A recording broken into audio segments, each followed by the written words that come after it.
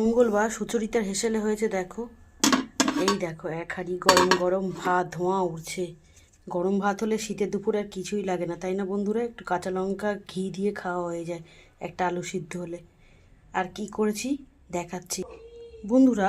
করে নিয়েছি সিম, কাঁচা টমেটো আর মুগ ডাল ধনেপাতা দিয়ে, হিং ফোড়ন দিয়ে, পাঁচফোড়ন ফোড়ন, তেজপাতা, শুকনো লঙ্কা দিয়ে এইভাবে এই ডালটা করলে কিন্তু অসাধারণ লাগে।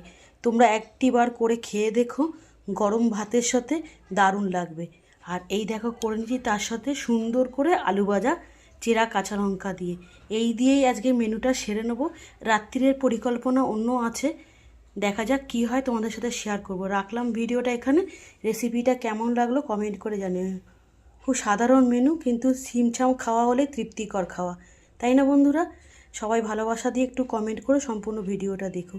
দেখা হবে অন্য কোনো ভিডিওতে, অন্য কোনো রেসিপি নিয়ে। Ta ta, by.